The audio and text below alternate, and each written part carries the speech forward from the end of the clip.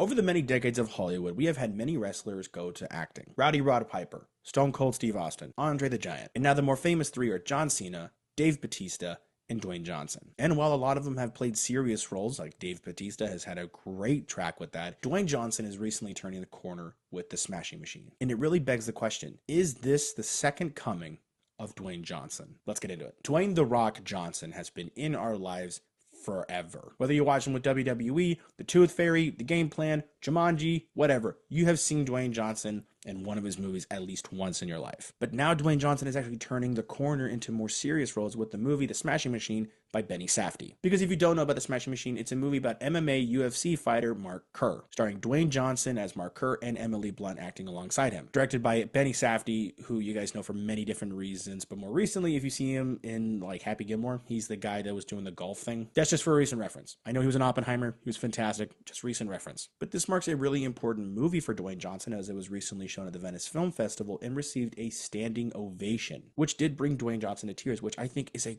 great thing, because this movie shows how important this is to him, Emily Blunt, Benny Safdie, but also the people's reaction to it and his performance. We all know Dwayne Johnson was the whole hero in every movie he did. He had the whole contract thing. We all know about it. But with that, he did feel pigeonholed. Stating recently in an interview talking about the pigeonhole, he said, "I've been scared to go deep and intense and raw until now."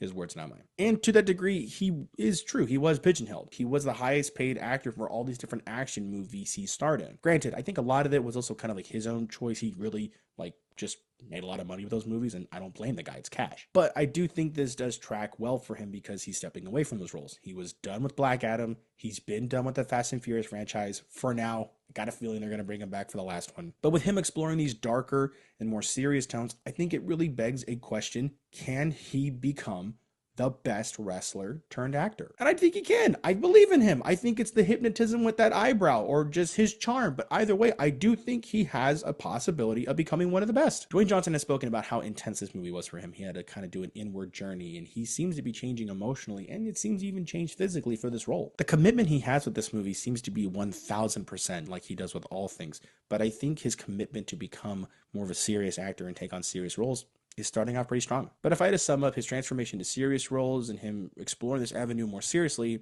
I guess I'd have to say, if you smell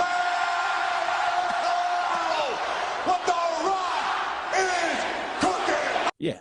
Yeah, that works. And that about wraps up my yap. Thank you so much for listening. If you guys did enjoy, be sure to leave a comment on what you guys think about the Smashing Machine, Dwayne Johnson's performance in it, or what do you think his future really lies. Also, be sure to leave a like and subscribe for more of these videos. And if you guys haven't checked out our show, the Tu-Vie podcast, it's a podcast that covers all things TV, movies, and entertainment, and things in Hollywood you need to be excited for. And also our second channel that's purely a YouTube exclusive, Cinema Showcase. It's a channel where movies get their spotlight, and we break down one of our favorite movies and just go into detail as to why it's so great. Also, be sure to check us out on TikTok and Instagram for all things updates in Hollywood that we give out that day, or some teasers into the next episodes. Thanks for watching, and we'll see you guys next time.